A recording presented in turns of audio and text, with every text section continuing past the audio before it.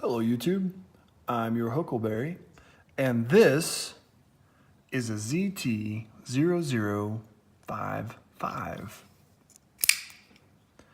This is a very interesting, unique design, and so let's jump right into it. We are looking at an 8.75 inch overall length with a 3.75 inch blade length, a 0.16 inch blade thickness. And as you can see, it kind of thickens and thins and thickens again, which is interesting. That's due to that compound grind. We are looking at S35 VN blade, as I said, with a compound grind and a stone wash finish. You have the titanium scales here, frame lock. Interesting design. Let's give it a little, let's weigh it. Let's get the scale here. Go ahead and weigh it. Come on, there we go. And we are looking at a dead even 5 ounces. So not a small knife at all, is it? Okay, and so it's 5 ounces even with, as you can see here, it's got some internal milling, which I always appreciate. Is when they take the time to do some internal milling, trying to save a little bit of weight there. But the thing you probably notice about this is the way that you open it, this flipper tab. You can see there, it is spring loaded. And this is a GTC design knife. This is based on one of his customs. And you know what? I really like the uniqueness of this knife. It is unique. I mean, honestly, it looks like something out of, if you've ever seen the movie Tron, I don't know why, but that's just what I think of when I see this, because it's not organic. You know, it seems very kind of robotic, kind of like a transformer maybe. It doesn't seem to be organic. You know, to me, and we can even do a little size comparison here, as you can see. This looks kind of organic. You see how it has like flowing lines, and you know, it seems kind of natural. This does not. This has, you know, it seems like a lot of hard lines. It doesn't really, I mean, it looks good, don't get me wrong, I love the look of it, but it doesn't look organic. It looks computerized, you know, I don't know how to say it, but I think you understand what I mean. But it's unique, and I really like it. I really like the way it looks, because it is unique, from the compound grind to the way that the scales here, the handle material, the titanium has been cut and designed. I like it a lot. You get a steel insert there on the frame lock, which is good. What that does is that, one, it prevents lock stick, because titanium is a softer material than the stainless steel, the hardened stainless steel here on the blade. And so if you didn't have that there, sometimes you can get lock stick, and over time, flipping it open and close and shutting it and everything, eventually, now, I mean, I personally have never experienced this, and I think you'd have to do it a lot. But the theory behind it is eventually that titanium is going to wear. Over years and years, that titanium is going to wear, whereas that steel lock bar insert, where you get steel on steel, is not going to wear. And you're not going to get lock stick or anything like that. And so that's good. There is an internal over travel stop. I don't know if you'll be able to see it, but it is in there, that keeps you from overextending the lock bar there, which is great. I always appreciate that. I really like that. It is right or left hand tip up carry. That clip is swappable to right there. Of course, it is a right-handed frame lock. So, I mean, you can carry it left-handed, but it's still a right-handed frame lock. It has, and like I said, I just love the design. I love the overall design. I love the look. It is something very unique. This is, unfortunately, a discontinued model. Let's get that out of the way. But you can buy it at Blade HQ still. They still have some, and they're on sale for $169. To me, that's a good price. because of everything that you're getting here, and we'll get into it. But $169 at Blade HQ. They still have some. And so let's get into it a little bit more here. As I said, the design, I love it. It's unique. It's different. I like it a lot. I like the compound grind on the blade. I really like this blue backspacer. This blue backspacer. I like that a lot because it gives it just a little pop of color. I always think that titanium, plain titanium and blue looks good. That probably comes from me being a Sebenza guy, because that's kind of their model. But I like that a lot. I love that little pop of color. It takes something that's, otherwise. Now, while the design is good and keeps it from being drab, color-wise, it's a little drab because you got plain titanium, stonewash steel blade, black pivot, which I do like the design of the pivot, by the way. I think that's interesting. They didn't just leave the pivot. I like the design of it. It's a little bit different, a little bit unique. That kind of goes with this unique knife.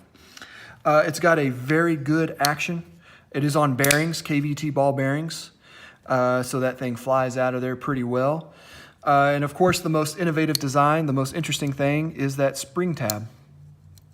It's called the SLT, which stands for spring loaded tab, which kind of keeps the tab up and out of the way. You don't see it down there because it is away, and it just kind of keeps this flowing a little bit. Keeps the flipper tab out of the way, and I enjoy that a heck of a lot. Despite the size of this guy, because it is big, I mean, a 3.75 inch blade, 8.75 inches overall, 5 ounces, that's a big knife, I think, in just about anybody's opinion. Because like I said, I wear XL size gloves, and look at that.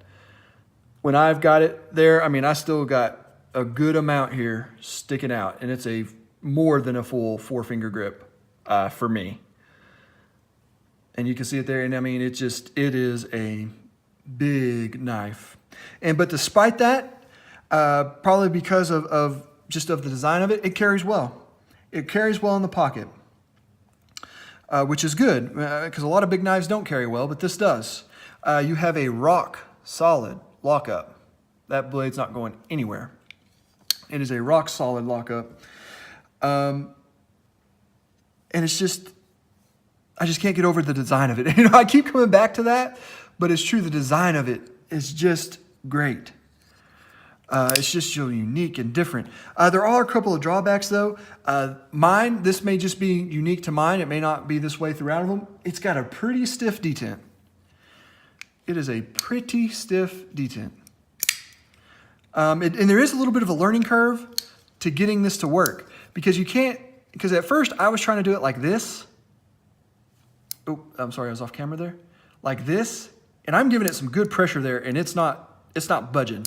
One, that's due to the stiff detent. Two, that's because that's not the way it was designed. It was designed more to push button than to light switch. And there's a little bit of a learning curve to getting this to open comfortably and reliably. Once I kind of figured it out, it's fine. It works great. It doesn't hurt. The detent is a little bit stiff, but that's okay. It gets it to fly out of there. But there's a little bit of a learning curve, with the flipper tab there. Another thing is there is no jimping. There is no jimping on this knife, which would have been nice. It would have been nice to have a little bit of jimping there on the blade. I mean, I can see where it would have messed with the aesthetic of it, messed with the design a little bit. But I always appreciate a little bit of jimping. But that's okay. I mean, it's not a big deal. It's not a big deal. It's just a little thing, and it's probably just a personal thing with me, honestly. Another little drawback for me is the pocket clip. I don't know. Again, this is probably personal, but it's just it's plain. When the rest of this knife, the design of it is a little bit more out there and different and so unique. The pocket clip, it just seems a little thin and a little underwhelming when everything else is so unique and so different. And then you just kind of get this just kind of plain old pocket clip there. I don't know. For me, that just It just didn't work for me. It just didn't work for me.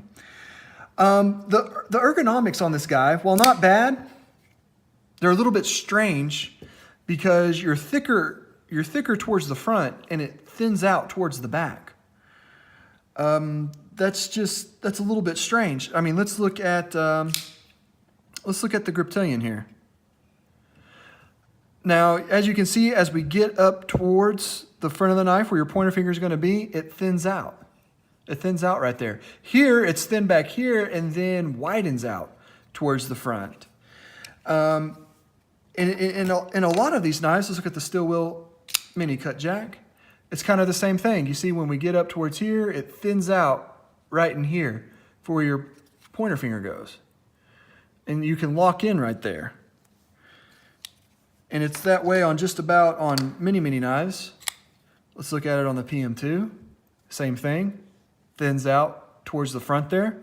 And this widens out towards the front. So, you know, it's not it's comfortable in the hand. There are no hot spots that I can feel. But it's just different. It feels a little bit different in hand too because you're just not used to that. I mean, if you think of Striders, the Strider, the SNG or SMF, they're really wide towards the back and they thin out towards the front, and this is kind of the opposite. So, you know, it's not a big deal, but it's just a little bit strange. Just a little bit strange that it does that. And so it makes the ergos a little bit strange. But, you know, despite all of that, golly, this is just such a unique knife. And I'm just enamored with the design. I like the lanyard hole here. It's unobtrusive. It doesn't get in the way of anything. It's not too big, not too small. It's just about perfect. And the overall design, the uniqueness, I mean, just having the SLT, the spring-loaded tab there, would be enough.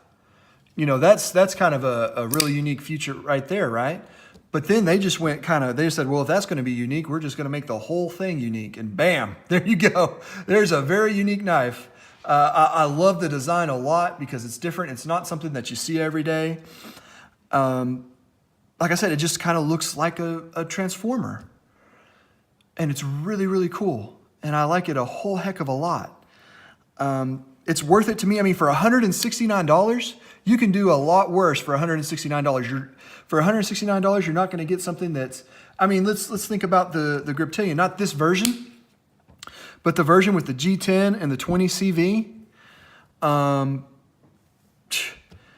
You're looking at $178, more than this. Now, granted, this is on sale and discontinued, but still, if you have the choice between the two, unless the size just puts you off on this, I would definitely go with this. You're getting something so much more unique than just your run-of-the-mill Griptilian. And while the Griptilian's a great knife, this is just cool. This is just cooler. It's got a wow factor.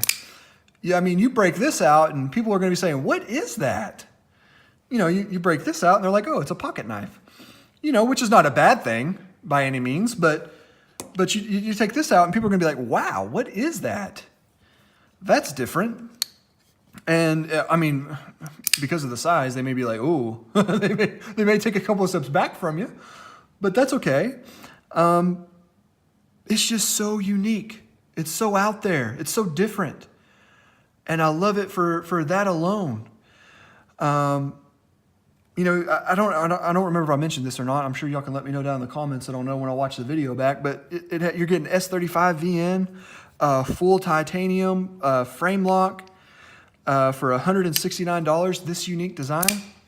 Oh yeah, I will take that every day of the week and twice on Sunday. Yes, please. It's a great knife. And it's been discontinued, but you know, they've already done, ZT's done a kind of a limited edition of one, as ZT is wont to do with their limited editions. They've made a limited edition. And you know what, if this knife is not for you, if you like this SLT flipper, you're like, wow, I'd like to try that, but you know, that knife is just not for me. I mean, yeah, it's different, it's cool, but I don't, you know, it's just not for me. That's okay, because they are coming out with several other knives with this SLT system. So, I mean, I'm sure they'll have something that'll fit you and your carry life, I guess we should call it, with that spring-loaded tab there. So don't worry, and those should be coming out soon. And you'll have a lot more options with the SLT there. Okay, guys, that's going to do it for this video. If you enjoyed this video, give me a thumbs up. If you hated this video, give me a thumbs down. If you do give me a thumbs down, all I ask is that you explain to me in the comments what you didn't like about the video.